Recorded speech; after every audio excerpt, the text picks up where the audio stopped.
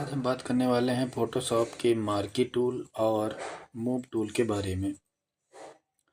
तो सबसे पहले हम फ़ोटोशॉप को ओपन कर लेते हैं। फ़ोटोशॉप को ओपन करने का प्रोसेस कल हमने आपको बताया था।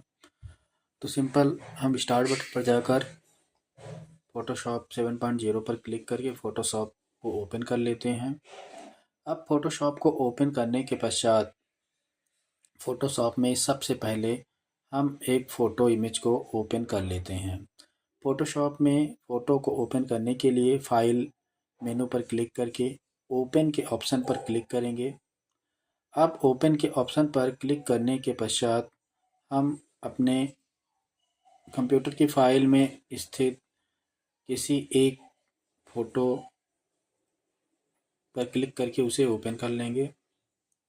अब ओपन करने के पश्चात हम देखते हैं कि हमारे सामने फ़ोटोशॉप एक फ़ोटो की विंडो हमको दिखाई देती है।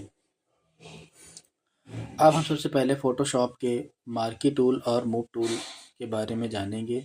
तो हम फ़ोटोशॉप के टूल बॉक्स में आते हैं, जिसमें हमको सबसे पहला ऑप्शन जो दिखाई देता है वो हमारा मार्की टूल का होता है। मार्की टूल पर जैसे हम क्लिक करते हैं, हमको मार्की टूल के 4 प्रकार दिखाई देते हैं, जिसमें सबसे पहला है रेक्टेंगुलर मार्को टूल, फिर है इलिप्स मार्की टूल, फिर है single row margin marquee tool और फिर सिंगल कॉलम मार्की टूल। तो सबसे पहले हम रेक्टेंगल मार्की टूल का प्रयोग देखेंगे। मार्की टूल का प्रयोग फ़ोटोशॉप में केवल सिलेक्शन के लिए किया जाता है, जिसे आप रेक्टेंगुलर या एलिप्स अथवा रो और कॉलम के रूप में इस्तेमाल कर सकते हैं। जैसे चलिए समझते हैं। तो हम सबसे पहले जो है रेक्टेंगल मार्की टूल पर क्लिक करते हैं और अपनी फ़ोटो की विंडो में आते हैं और माउस के बटन को क्या कहते हैं लॉन्ग प्रेस करके हम फ़ोटोशॉप के जिस हिस्से को सिलेक्शन करना है उस पर ड्रैग करते हैं। अब जैसे हम ड्रैग करते हैं, हम देखते हैं कि हमारे फ़ोटो में चारों तरफ रेक्टेंगल आकार में हाइलाइटर ऐसे दिखाई देने लगता है। आप इसको ड्रॉप डाउन बटन से ऊपर नीचे आगे पीछे खिसका सकते हैं और सिलेक्शन कर सकते हैं। अब ये ध्यान देंगे, हम मार्की टूल के माध्यम से जो भी सिलेक्शन करते हैं वो